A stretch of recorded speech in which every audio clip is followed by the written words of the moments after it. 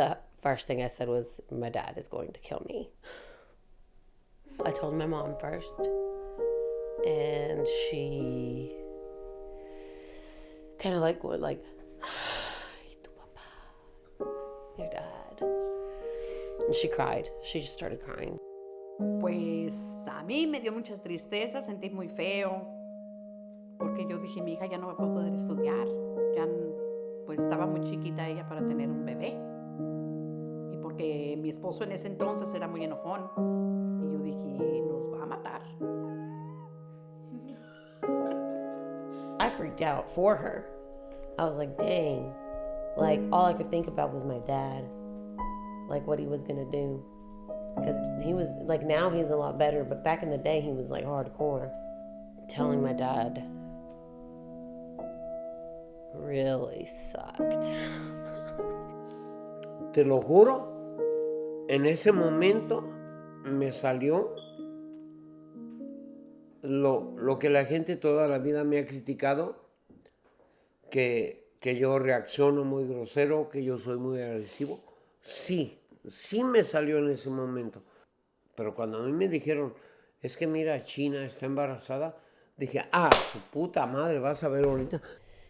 And I think he was outside of the house, and he came, and I was inside in the living room, and he stormed in, and that was the last whipping I ever got. My mom's like, stop, Salvador, stop, she's pregnant, stop. And my dad, I will never forget the look on his face, because he was so angry, but he was crying. He was so distraught. And he was hitting me, and he was like, I can whip her, she's mine. He said, I can't believe that you did this to me. How could you do this to me? He was so devastated. It was pretty intense, because he was, lo que me hiciste, ¿cómo me pudiste hacer esto? He's like, ¿cómo? He was like sobbing and angry and just couldn't hit me anymore.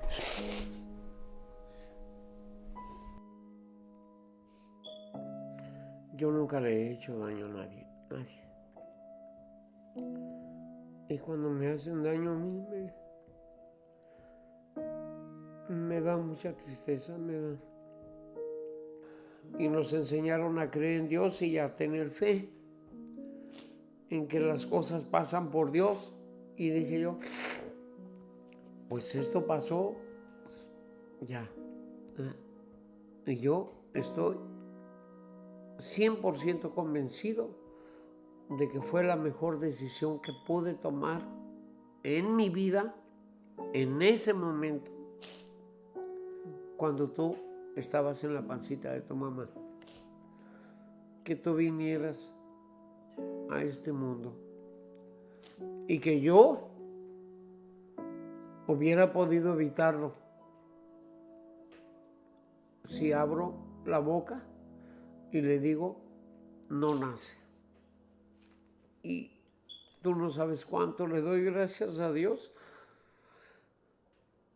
que no hablé, o le doy gracias a Dios que no me dejó hablar, porque tú estás aquí por él. She was like the first one, I think, in the family that ended up having a kid at a young age. So she got like a bad rap for it. People would look at me like I had the plague or some kind of a disease that they could catch. I felt like my whole family was against me.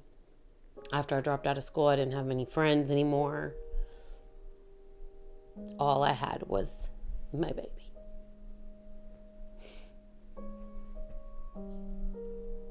And I prayed, oh my God, I prayed so much. When I was pregnant with her, I just prayed so much because I felt so alone. I would pray, and please let me be 16 when I have her. I prayed to turn 16. I didn't want to be 15 when I had her. I was like, please God, let me be 16 when I have her. Like, that would have made a difference. And then I'd pray for her not to have my nose. That's what a 15-year-old prays about. Please let me be 16 and please don't let her have my nose. So I was not 16 when I had her. I had her at 15, but she didn't get my nose.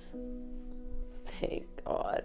But finally, whenever I did have you, it was pretty intense. They gave her to me and it was just like, just overwhelming. I couldn't believe it. I just couldn't believe it. I don't know how people could look at me in such an ugly way. She was just so beautiful. I mean, okay, I did things out of order, but I was not gonna let her down. Like everybody was letting me down. I felt that everyone was letting me down. I made a mistake. I made maybe not the right choice. And I got pregnant, but she wasn't a mistake.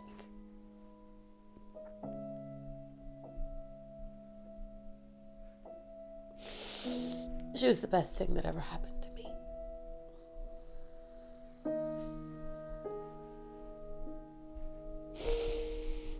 I am who I am because of that little girl. Like, I never saw her like really, really struggle. So she kind of made it look easy because she's like a great mom, but it's not easy. My parents wanted to help me, but I was 15 and stubborn, and I had already had all the family, the pressures of the aunts and the uncles and the grandparents. I was determined to do it on my own. I was determined that nobody was going to tell me that they helped me. Nobody was going to tell me that she was my sister. She was mine. Like, I remember I would go in the room and I would look at you, and I would like lay in the bed and look at you, but she was always with you. Like, she was all about you when you came. One day, I was so tired. I was feeding her, and I laid her down, and I did not feel good. I did not feel good, and I finally came out of my room. My aunt and my mom were in the kitchen, and I walked in the kitchen. I was like, Mom. And my aunt's like, hey! And I was like, I don't feel... That was it. Lights out. Passed out. They had to hospitalize me for exhaustion. After that, I did. I finally eased up, and I did let my parents help me a little bit. I couldn't do it on my own. I realized I was in the hospital. The doctors had to tell me, you have help. Everyone needs help. It's not just you. New moms at 30 need help. You're just 15. You need help too. And your family wants to help you. You need to let them help you. I was a very drill sergeant kind of mom. I tried to make the perfect child. She was always clean. Her hair was always brushed. I didn't want anyone to ever have to tell me that I did something wrong or that I messed up anywhere. Like, my mission was to make the perfect child. And I think I've done a good job. She's amazing. She had this project at school where they bring the baby home one day, and she'd had this baby, in the baby carrier. And one day I came home from work, and I was sitting in the kitchen, and I could see her in the living room because it was dark, but she had the TV on, so I could just see like, just the outline of her. And the baby starts crying, and I hear Reina from underneath her breath say, "Oh, ya vas a empezar. Here you go again," to the baby. And I was watching from a distance. And she's like, grabs the baby, and she changes her baby, changes the diaper, changes her clothes, feeds her, and the baby's still fussing. And then the baby ended up just wanting to be loved on. She just ended up having to rock this little doll. And I fell apart. I lost it.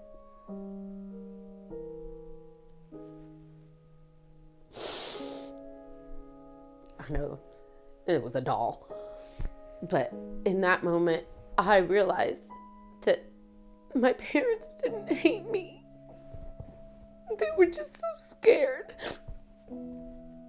Because when I saw her with that baby doll, it was like a flashback because she was my age. She was 15 when she had that doll.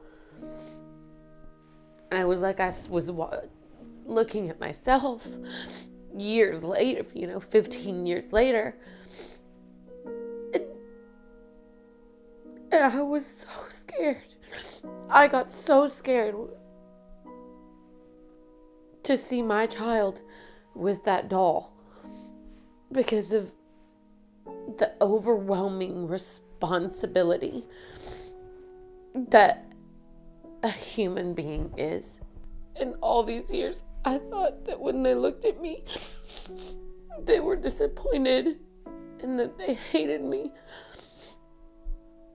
And it wasn't even that at all. And it took me 15 years to realize that. Los abuelitos solo queremos. Solo queremos. No odiamos ni al papá, ni a la mamá, ni a la otra, ni al otro. Nada. Solo queremos a nuestros nietos. Como sean, como son, no importa. Pero yo amo a mi Julia y amo sus errores y amo sus virtudes que son mi nieta, mis nietos. I wouldn't do anything different. I know that sometimes she gets upset with me. And she thinks that, I know that she feels that she's the reason why I didn't finish school, or she's the reason why I didn't go to college. And she's the reason that I have done things out of order. No, I made my choices. I did my things out of order. I made my choices. She was what's kept me in check. And she's kept me whole and sane. So you might be wondering, who is this little girl and what has become of her life? Like, who is she? And I'm the little girl that Julia got pregnant with. I'm Reina, and I'll be the first to say that having a young mom has not been easy. And sometimes it's stressful because you wake up and you were going to wear something and it's missing and your mom's wearing it. Like, what? Really, Mom? But it's been fun. It's been a blast, and I've been able to do stuff with my mom that lots of other kids have not been able to do. And I feel like the reason that I'm so independent and so strong and persistent is because of my mom. I feel like since she didn't get to further her future the way I have the opportunity to, she has pushed me and she's made me a strong person, and I don't know what I would do without her. My life is the way it is. I become who I am because of my mom, because of my family members, my beautiful grandparents, and my rowdy little siblings that I love so much. But stats show that teen moms have children that go to jail more, and they don't finish high school, they don't finish college. They have more of a chance of getting pregnant themselves, and I'm doing good. I'm fine. I'm going to graduate high school in May, and I'm so excited. I'll be graduating with honors, and I'll be attending a university in the fall, and hopefully graduating with a degree in biology and moving on to grad school to become an OBGYN or a general physician. And I don't think that any of that would have been possible if my life had been any other way. And I'm so happy and thankful, and I thank God and my mom, and I hope that one day I could be half the woman that she is.